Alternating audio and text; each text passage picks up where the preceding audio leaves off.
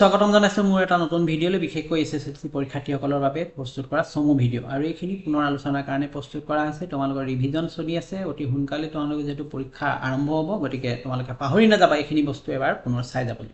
আজি আমি আলোচনা কৰিম কানিংহাম চাৰ্কুলাৰ, সমাজ বিজ্ঞানৰ ইতিহাসৰ এটা গুৰুত্বপূৰ্ণ কানিংহাম চাৰ্কুলাৰ বিষয়ে তোমালোকে পাইছা। আইন অমান্য আন্দোলনৰ সময়ৰ কথা 1930 চনত প্ৰকাশ কৰা কানিংহাম চাৰ্কুলাৰে অসমত আইন অমান্য যিটো আন্দোলনৰ পৰিস্থিতি অধিক স্পৰ্শকাতৰ কৰি তুলিছিল। বিশেষকৈ এই আইন অমান্য আন্দোলনৰ সময়ত প্ৰকাশ পোৱা কানিংহাম চাৰ্কুলাৰ চৰ্তবিলাক কি আছিল তোমালোকে নিশ্চয় গম পোৱা।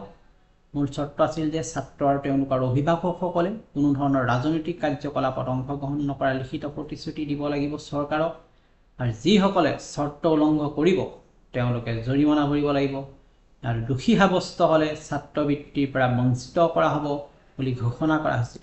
আৰু গুৰুতৰ অপৰাধৰ ক্ষেত্ৰত ছাত্ৰক শিক্ষানুষ্ঠানৰ পৰা বহিষ্কাৰ কৰাৰো ভাবুকি দিয়া হৈছিল। এতিয়া প্ৰতিক্ৰিয়াটো কেনেকুৱা ধৰণৰ আছিল ছাত্ৰ সমাজৰ? এই বৈষম্যমূলক চাৰ্কুলাৰৰ বিৰুদ্ধে অসমৰ ছাত্ৰ সমাজে তীব্ৰ প্ৰতিক্ৰিয়া প্ৰকাশ কৰিলে।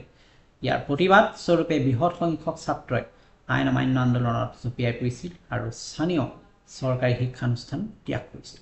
গতিকে মৰমৰ ছাত্ৰ ছাত্ৰীসকল, তোমালোকে বিশেষকৈ মনত ৰাখিবা এই চাৰ্কুলাৰখন আছিল ছাত্ৰসকলক আন্দোলনৰ পৰা আঁতৰাই ৰখাৰ এটা ব্ৰিটিছৰ কৌশল, কিন্তু ইয়াৰ ওলোটা ফলহে তেওঁলোকৰ হ'ল, আৰু ছাত্ৰসকল অধিক সক্ৰিয় হৈ এই আইন অমান্য আন্দোলনটোত অংশগ্ৰহণ কৰিছিলে। গতিকে তোমালোকৰ পৰীক্ষাত সঘনাই আহিব পৰা এটা গুৰুত্বপূৰ্ণ বিষয়বস্তু কানিংহাম চাৰ্কুলাৰ। কানিংহাম চাৰ্কুলাৰখন তোমালোকে নোচোৱাকৈ নাথাকিবা আৰু এই ভিডিঅ'টো শ্বেয়াৰ কৰিবা যাতে সকলোৱে ভিডিঅ'টো পায়। লগতে তোমালোকে মোৰ ফেচবুক পেজখন ফ'ল' কৰি ৰাখিবা নতুন নতুন ভিডিঅ'ৰ বাবে। আৰু গুৰুত্বপূৰ্ণ বিষয়বস্তু হ'ল যে মোৰ ইউটিউব চেনেল জ্ঞান সাগৰ চলিউশ্যন ছাবস্ক্ৰাইব কৰিবলৈ নাপাহৰিবা। পুনৰ এটা নতুন ভিডিঅ' লৈ অহাৰ প্ৰতিশ্ৰুতিৰে আজিলৈ আহিছোঁ। ধন্যবাদ।